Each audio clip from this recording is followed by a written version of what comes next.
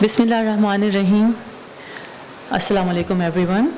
I would like to start my presentation with this beautiful verse of Quran. Kun fayakun. Whenever you will feel like losing hope, don't. Because it's just one kun for Allah. Have some sabr and Allah will say kun to your wishes.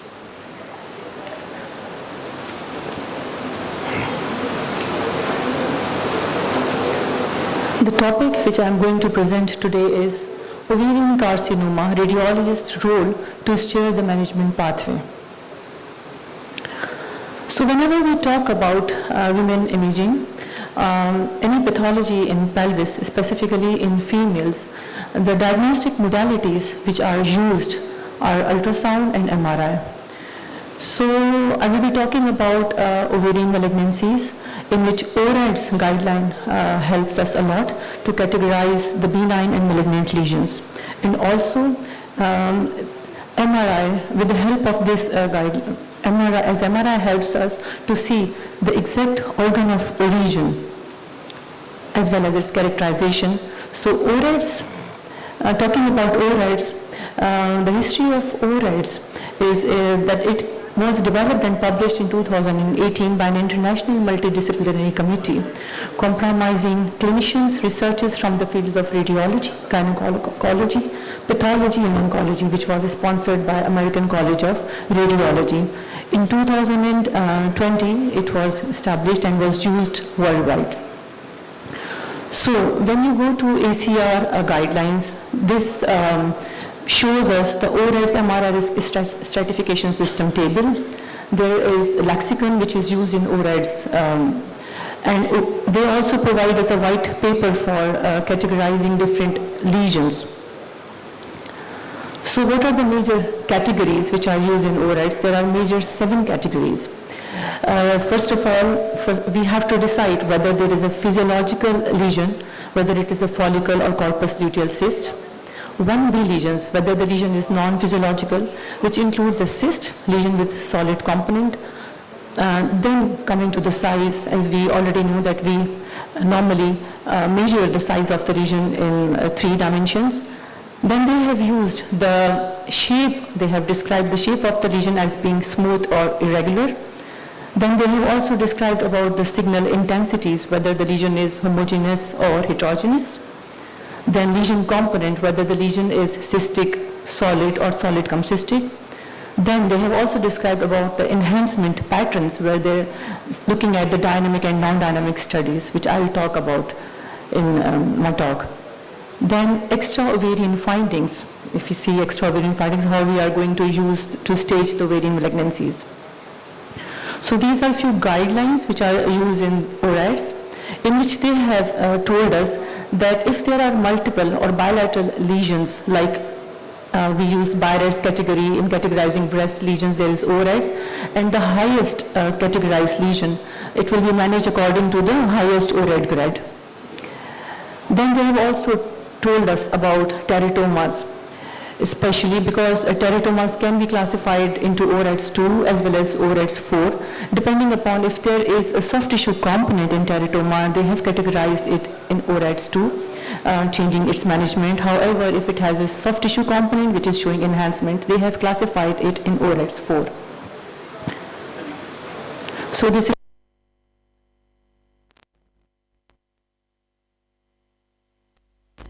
lesions, fluid, whether it is hemorrhagic fluid, proteinaceous fluid. And they have also talked about enhancement patterns, subtracted images also.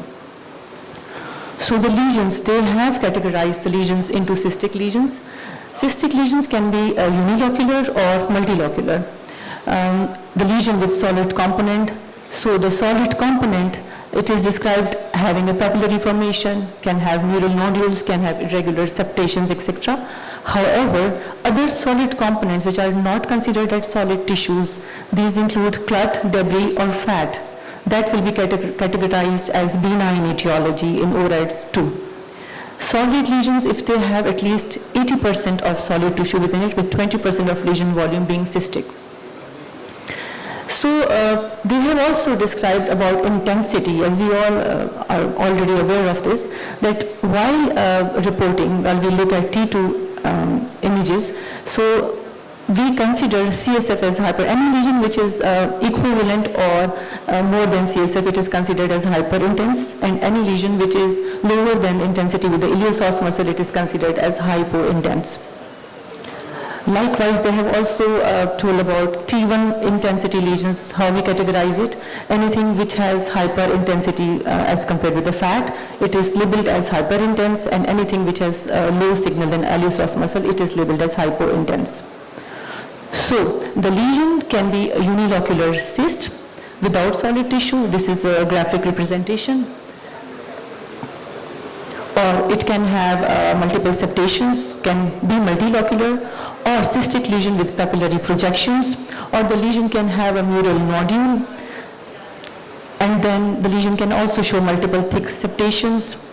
Next is the lesion can have solid component, and lastly the lesion can be completely solid. So talking about enhancement patterns, like we do dynamic scans in pituitary studies, in our breast studies, in prostatic studies, it can also be performed in cases of ovarian lesions. We have described that by taking a perfusion imaging, in which what we do, we take the dynamic images and then we interpret the graphs like we interpret in breast imaging. So if the lesion in the ovary is having high perfusion and it is taking up contrast equals to myometrium, like we can see here in the last bottom image, it is taking up the contrast exactly how the myometrium is taking, and it is making a shoulder and then making a plateau. Then these types of lesions are categorized as ORADS 5. However, if the lesion is taking up contrast lesser than myometrium and then making a plateau, then they have categorized the lesion as ORADS 4. And if the lesion is taking much lower contrast, as we can see in the upper one image, and then it is forming a plateau, then they have categorized the lesion to be in ORADS 3. So further, when we call it a papillary projection, enhancing solid component arising from inner and outer wall of the lesion is known as papillary projection, and if it is showing contrast enhancement. Mural nodule is defined as any lesion if it is more than 3 mm in size. Irregular septations if there are enhancing linear strands going through the lesions. Larger solid portion, enhancing component of a lesion that does not fall into categories of projection will fall into this category. So talking about dynamic contrast enhancement MRI intensity curve, as I have already discussed earlier, that while talking about ORADS 3, 4 and 5, if you want to classify them out of all these classification system, we should see at the intensity curve, dynamic intensity curve. Here we can see the top one is lesion ORADS 3, the middle one is ORADS 4, and the last one is ORADS 5, showing similar contrast enhancement as compared with the myometrium. Peritoneal thickening nodules are also categorized, will also be categorized in ORADS 5, as well as any fluid within pouch of Douglas or free fluid in the abdomen will also be categorized as ORAD 5.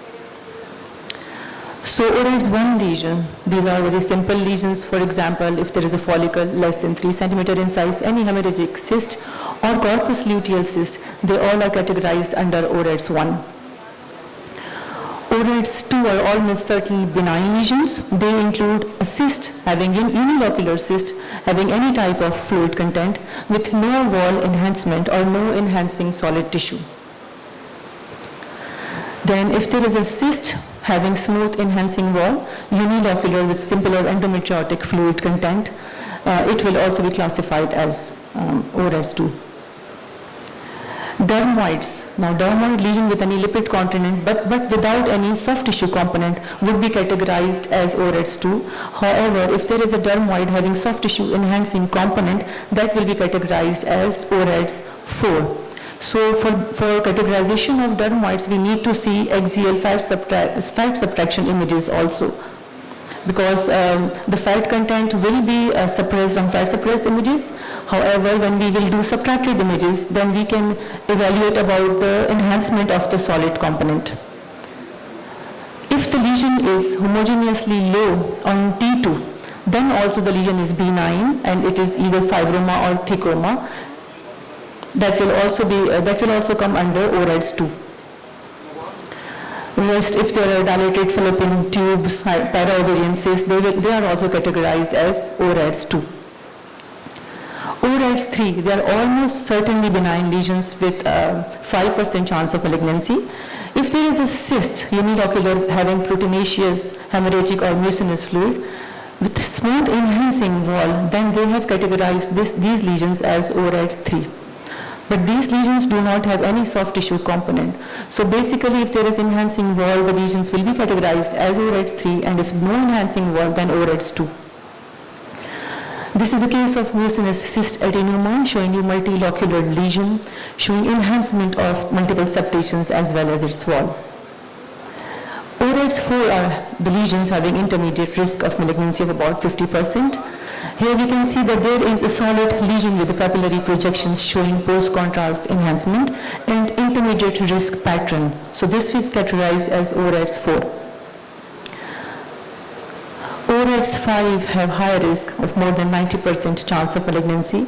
The lesions having solid tissue component, like we can see in this example, it is showing homogeneous post-contrast enhancement, also diffusion restriction and higher risk time intensity curve. These types of lesions are categorized as ORADS 5. So they have also provided a calculator.